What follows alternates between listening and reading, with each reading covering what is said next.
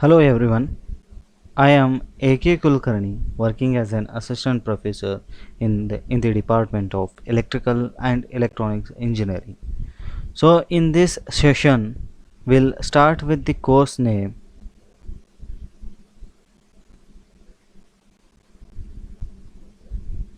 Power System Analysis 1, which is a core subject for VTU University for the 6th semester. So in this session we are going to start with a module 3, and module 3's name is symmetrical components. So in this module we are going to study the various aspects related to the symmetrical components. So we'll start with the introduction of the symmetrical component and how you are going to transfer the symmetrical components into various aspects we are going to study. Phase shifting in a star delta transformer, so how you are going to shift the phases in case of star delta transformer. You are going to study sequence impedance of transmission line, then you are going to study the sequence impedance and sequence networks of power system, sequence impedance and networks of synchronous machine, sequence impedance of transmission lines, and the construction of a sequence network of the power system, measurement of the sequence impedance of the synchronous generator. So these are the various aspects you are going to study in this particular module. So let us begin with the module number 3, that is symmetrical component. So as far as we studied till now, we considered both normal and abnormal condition of your power system. So in module 1 we consider the normal operation of the entire power system, and whereas in module 2 we consider abnormal operation of the power system. So the abnormal condition is nothing but the short circuit operation of the power system we consider, that too under complete balance condition or symmetrical condition. We consider both the operation, that is normal and abnormal operation of power system under completely balanced condition we consider. But under such operation the system impedances in each phase are identical. Yeah, as we know, for the balanced condition or in symmetrical condition, the system impedance of each phases, that is the phase R, Y, B, are identical to each other, and the three phase voltages and current throughout the systems are completely balanced. So these are the three main points we need to consider if the given system is symmetrical. So how you are going to identify the given system as a symmetrical? If the impedance of all the three phases R, Y, B, suppose phase R, Y, B, so those systems impedance value have to be identical, then followed by the three phase voltages. The voltage, the magnitude level of the voltage have to be same, and the current through these three phases have to be same. So then only we are going to consider the given system as an symmetrical or balanced condition.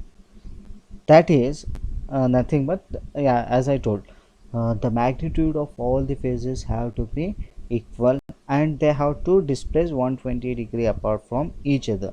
For example, if phase A leads or lags by phase B by 120 degree, and similarly the phase B, now it will lead or lag with respect to phase C by 120 degree. So in this way all the phases are apart from how many degrees? Yeah, exactly 120 degree. So in balanced system analysis, the analysis can be proceed on single phase basis depending upon these three main parameters. So for that reason we consider only single phase for these various analysis. Till now whatever the analysis we did, we consider only the single phase basis. The knowledge of the voltage and current in one phase, it was sufficient to completely determine the voltage and currents of other two phases. That's what we analyzed till now. and the real and reactive power are simply but it is a 3 times the whatever the value we are going to get, we are going to multiply it by the 3 times to get the real and reactive power for the three phase system. But in case of unbalanced system, the operation can result in otherwise balanced system due to the unsymmetrical fault. That is, for example, line to ground fault or line to line fault. These faults are in fact one more occurrence than the symmetrical fault. The system operation may also become unbalanced when the loads are unbalanced. So if the loads are unbalanced also, the entire system can be unbalanced for the entire system. The analysis under such unbalanced condition has to be carried out on the three phase basis. Okay, so if you want to carry out the symmetrical analysis or any power system analysis on three phase system, that to unbalanced three phase system, it should be carried out on all the three phases. But in case of symmetrical or unbalanced power system, we carried out the entire analysis on the single phase system. But if the given system, if the given power system is unbalanced, so that time we need to consider all the three phases. So we need not to consider only one phase in that condition. Okay, so if we consider all the three phases, so we need so according to that, the magnitude of all the phases will be different and the phase angles are also different. So to have this, we require to have the unsymmetrical analysis, so that we are going to discuss in module number 4. To have the unsymmetrical analysis, first we need to have the symmetrical components for that to carry out the unsymmetrical analysis.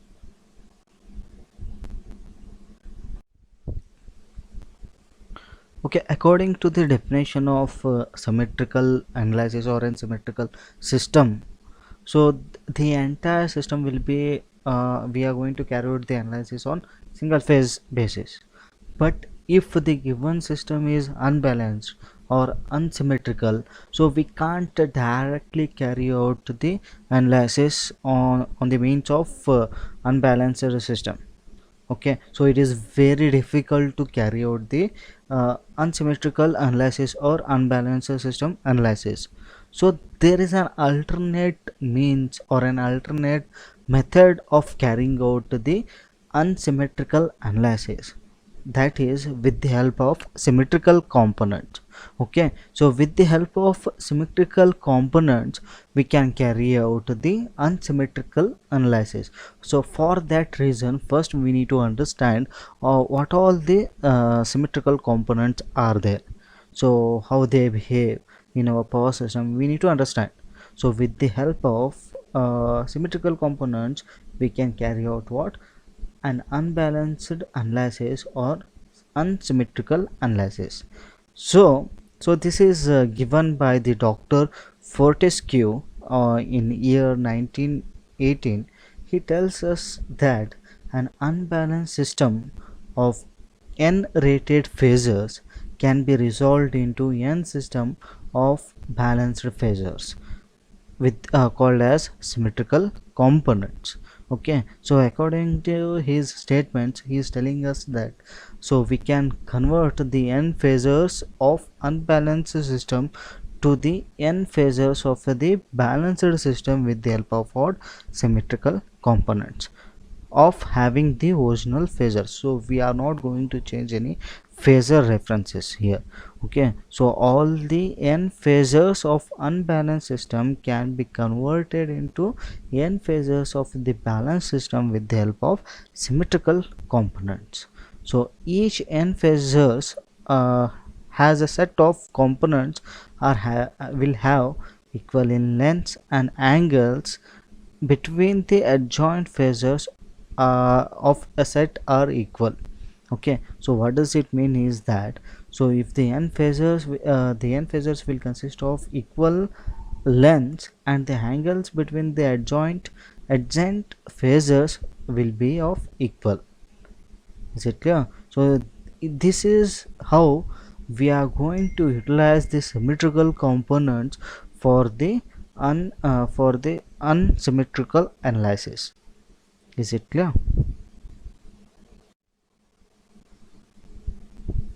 Okay, so according to the Fourier theorem, so set of three unbalanced phasors, it may be a voltage or current, can be resolved into three sets of balanced phasors, and each set containing a three phasors.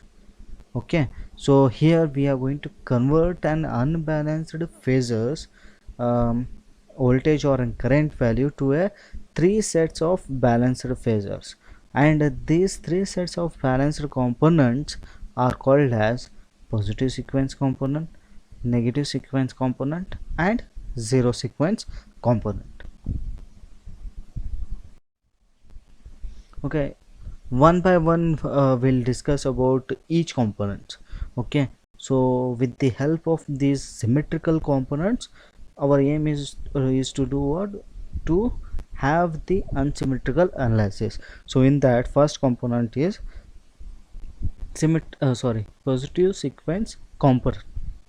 So let us discuss what is this positive sequence component. Okay, so as we know, to carry out the unbalanced system, we are going to carry it on the three phases. Okay, so let us consider the three phases as A, B, and C. So this figure represents the diagram for the unbalanced phasor. So we need to convert this unbalanced phasor to the balanced phasor with the help of these components. Hope it is clear now. Okay, so in positive sequence component, all the three phasors will be of equal magnitude and are displaced by what? 120 degree in phase.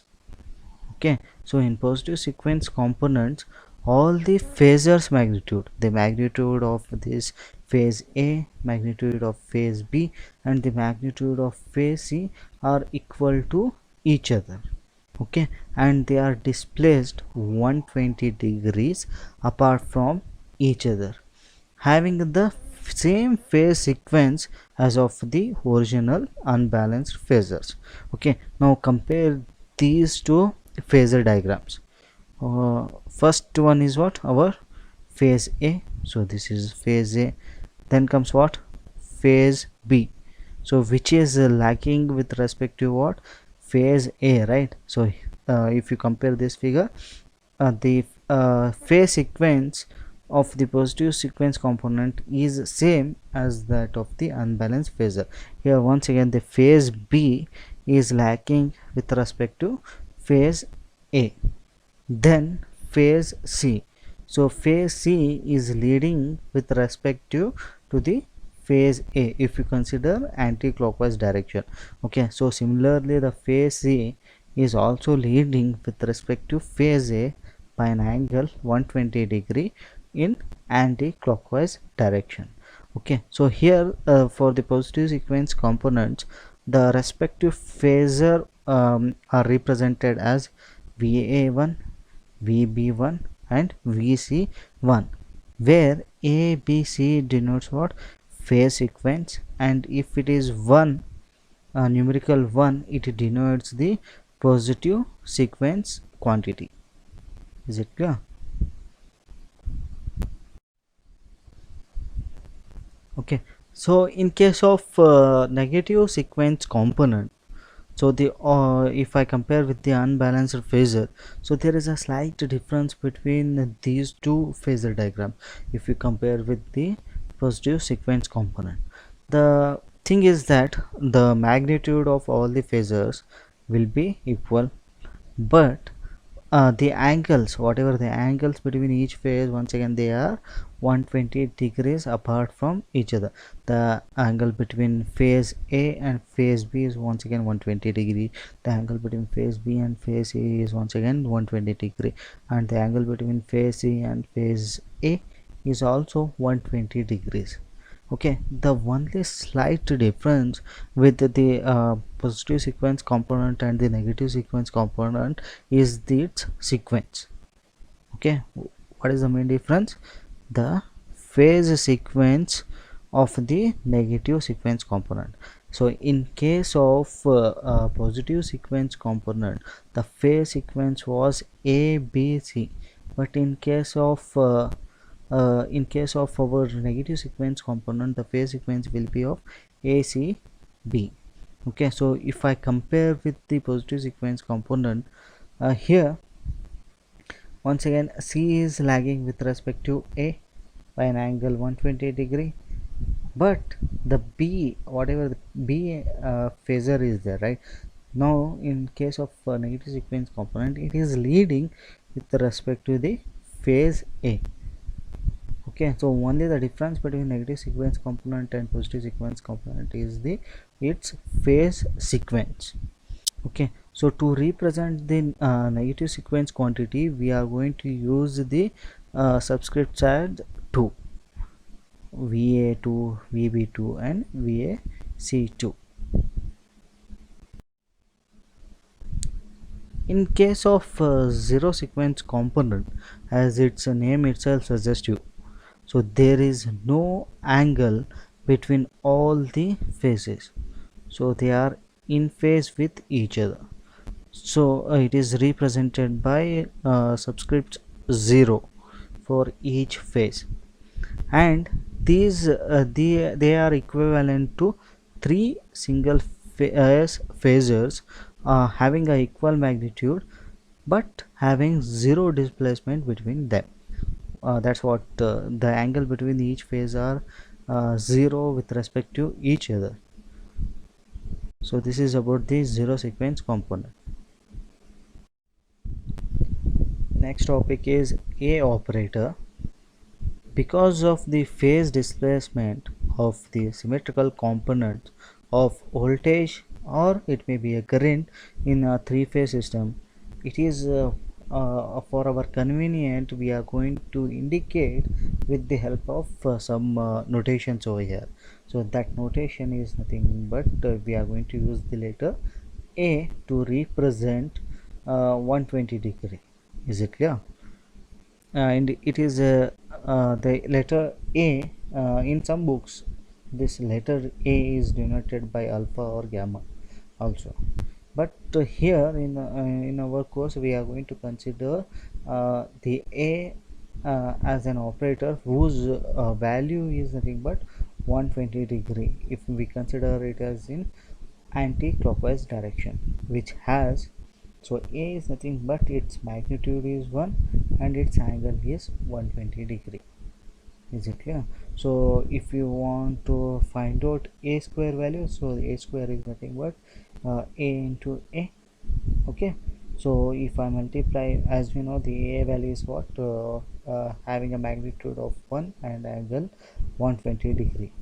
Okay, so A square is nothing but we are going to multiply these magnitude into 2 times. So if I multiply 1 into 1, the magnitude will remain same. Okay, so magnitude is what, 1 into 1 is 1 and its angle is double 2. So now it is moved to the second phase with respect to the reference value. So now the angle is how much, 240 degrees.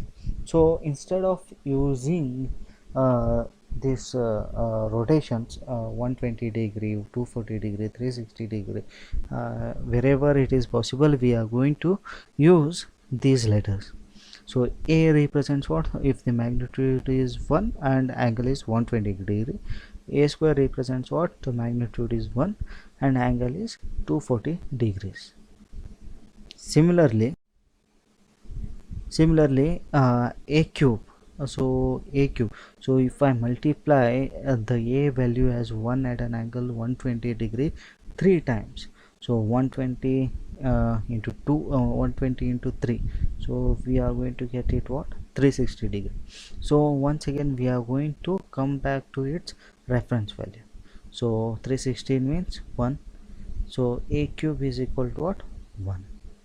Now the value of a4, a raised to 4, so we are going to multiply 120 into 4 times. So after completing 360, next what we are going to get, once again 120 degree, which is nothing but the value of what, a operator value. So a is represented by what, 1 at an angle 120 degree, so a is also equal to what, a to the 4, and 1 plus a plus a square.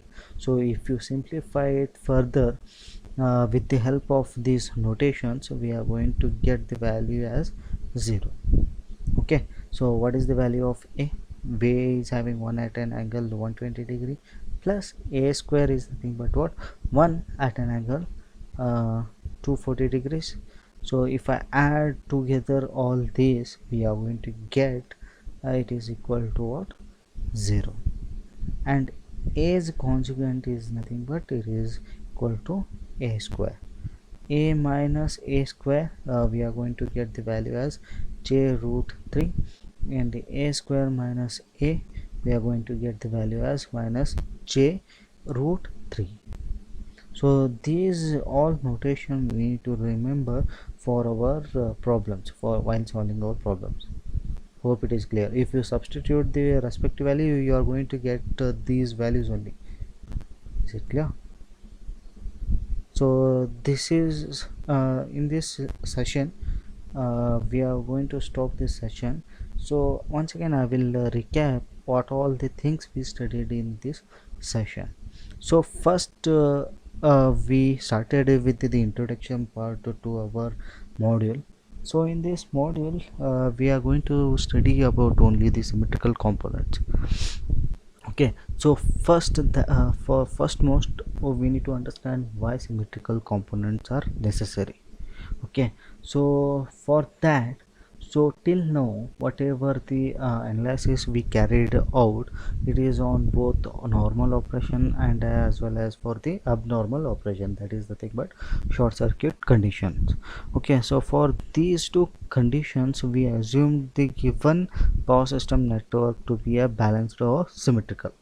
Okay, so if you consider a given system as a balanced and symmetrical, so it mainly depends upon three parameters, that is the given magnitude of all the phases have to be equal, and the voltage of all the phases have to be equal, and the impedance of all the phases have to be equal. So then only we can consider the given three-phase system on single phase basis. But in case of unbalanced condition or unsymmetrical condition, to carry out the analysis so it is not possible to carry out the analysis on single phase basis. For that, the entire system we are going to consider on the three phase itself. Okay, and to consider this three phase system for the analysis, it is very hard. So for that reason, the alternate method of easing the analysis, we are going to use symmetrical components. Here there are three symmetrical components are there. One is a positive sequence component, another one is negative sequence component, third one is zero sequence component. Okay, so in case of positive sequence component, all the magnitude, all the three phase magnitudes will be equal to each other, but they are 120 degree apart from each other. And the phase sequence, the phase sequence of positive sequence component will be same as that of the unbalanced phasor. So that is very important point. The phase sequence of positive sequence component will be same as that of the unbalanced phasor. In case of negative sequence component, the magnitude and the angles between all the phases will remain same as that of the positive sequence component. The only difference between the negative sequence and the positive sequence is that the sequence of all the phasors. Okay, with respect to the unbalanced phasor. But in case of zero sequence component, the magnitude of all the phases will be equal. Okay, but the phase displacement between all the phases will be zero. So we are not going to get any phase angle between each phases. Okay, so after that we studied the use of a operator. So a operator is the thing, but we need to represent the angle between all the phases, right? So as we know, the angle between all the phases are 120 degree apart. So if we have a constant magnitude, so as we know, all the phases magnitude are equal to each other, so which means it will be having of magnitude 1 at an angle 120 degree. So instead of writing 1 at an angle 120 degree wherever possible, we are going to represent it by an operator a, and respectively a square, a cube, wherever it is necessary, we are going to use these operators to represent that particular angle.